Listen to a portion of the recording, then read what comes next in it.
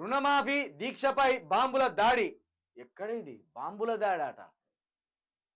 ఏంది ఇది? ఎక్కడ దాకా పోయింది ఇది? రాయలసీమ కంటే ఎక్కువ అయిపోయింది కదా, బీహార్ కంటే ఎక్కువ అయిపోయింది కదా, ఉత్తరప్రదేశ్ కంటే ఎక్కువ అయిపోయింది కదా, గుజరాత్ కంటే ఎక్కువ అయిపోయింది. ఇది తెలంగాణలో బాంబుల దాడి వరకు వచ్చిందా పరిస్థితి? రుణమాఫీ దీక్షపై బాంబుల దాడి. తుంగతుర్తిలో కాంగ్రెస్ కార్యకర్తల అరాచకం. మాజీ ఎమ్మెల్యే గాదర్ కిషోర్ పైన దాడి. ఘటనపై ఎమ్మెల్యే జగదీష్ రెడ్డి సీరియస్. అధికారంలోకి రాగానే తిరిగి ఇచ్చేస్తామని వార్నింగ్. ఏంది ఇది? బాంబుల సంస్కృతి ఎక్కడ మన దగ్గర?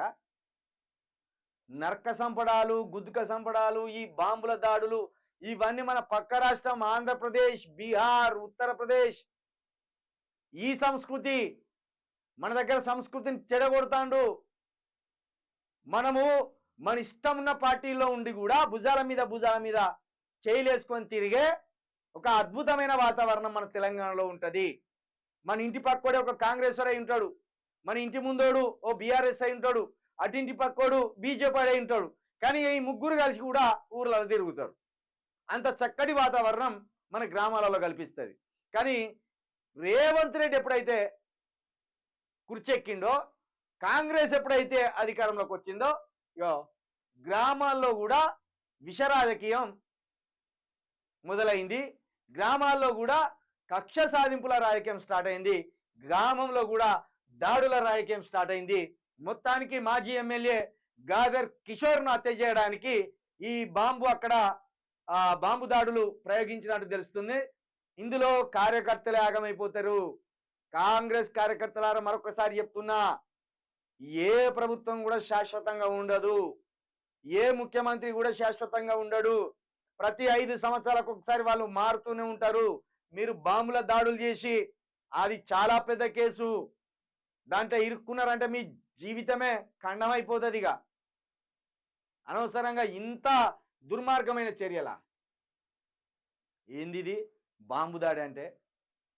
అక్కడ పరిటాల రవి, మద్దల చెరువు సూర్యనారాయణ ఉండే కదా, వాళ్ళు టీవీ బాంబులు అని ఆ బాంబుల దాడులు అక్కడ ఉండేది. అది రాయలసీమ విష సంస్కృతి. అక్కడ తీసుకొచ్చి ఇక్కడ మొదలుపెట్టిండ్లు. ఏ చూసుకోరు మరి ఏ ఊర్లలో ఏ కార్యకర్తల ప్రాణాలు పోవాలో, ఏ కుటుంబాలు వాళ్ళ సొంత మనుషులను కోల్పోవాలో, ఏ ఇంట్లో భార్యలు పుస్తలు దిగి కన్నీరు పెట్టుకోవాలో, ఏ ఇంట్లో పిల్లలు తల్లిదండ్రులను కోల్పోవాలో, ఈ రాజకీయం ఎక్కడికి దారితీస్తుందో మీరే ఆలోచించుకోండి. రేవంత్ రెడ్డి గారు రుణమాఫీ అయ్యేదాకా తగ్గేది లేదు. టాపిక్ డైవర్షన్ కోసమే సీఎం బజారు భాష. రేవంత్ వల్ల మంత్రులు ఇరుక్కపోతున్నారు. ఎన్నో మీటింగ్లు పెట్టి 7,500 కోట్ల ఇచ్చారు. రేవంత్ సొంతూరులో మహిళా జర్నలిస్టుల పైన దాడులు. రుణమాఫీ చేస్తే భయం ఎందుకు? ఇందిరమ్మ రాజ్యంలో ఇదేనా రక్షణ? రేవంత్ తెలంగాణ తల్లి విగ్రహం పెడితే గాంధీ విగ్రహాన్ని గాడిసే పెట్టినట్టే. రాహుల్ గాంధీతో రేవంత్ రెడ్డికి విభేదాలు. ప్రధాని సహా అనేక అంశాలపై భేదాభిప్రాయాలు. అదాని మంచోడా చెడ్డోడా అనేది ఇద్దరు తెలుసుకోవాలి. బీఆర్ఎస్ వర్కింగ్ ప్రెసిడెంట్ కేటీఆర్ ఇది ఎందుకన్నాడంటే, నేను ఢిల్లీకి పోయి మనోడు పెద్ద మాటలు మాట్లాడుతాడు రేవంత్ రెడ్డి.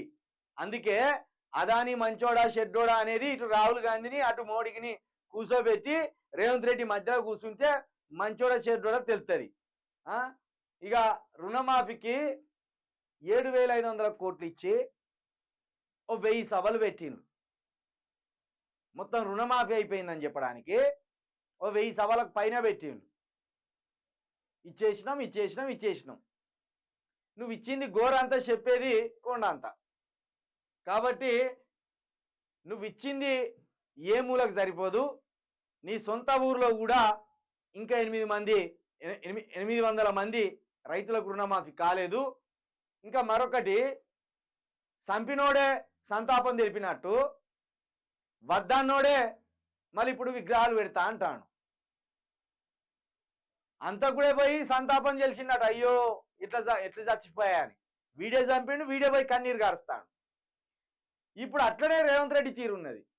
తెలంగాణ వద్దని, ఉమ్మడి ఆంధ్రప్రదేశ్ ఉండాలని తుపాకీ పట్టుకొని ముందరికి ఉరికిన రేవంత్ రెడ్డి మళ్ళీ తెలంగాణ తల్లి విగ్రహాన్ని పెడతా, అది కూడా తమ నాయకుడి విగ్రహం మేము ఈడ బయట పెడతా, తెలంగాణ తల్లి విగ్రహాన్ని ఏమో ఈ సెక్రటరియట్ లోపల పెడతా అని ప్రగల్భాలు పలుకుతాడు. కాబట్టి రేవంత్ రెడ్డి కూడా హత్యకు పాల్పడ్డ అంతకుడి తరహాలోనే డ్రామాలు చేస్తాడు. ఇది తెలంగాణ ప్రజలు నమ్మొద్దు, 100% ఆయన ఎట్టి పరిస్థితిలో విశ్వసించొద్దని మరొకసారి కోరుకుంటున్నాను.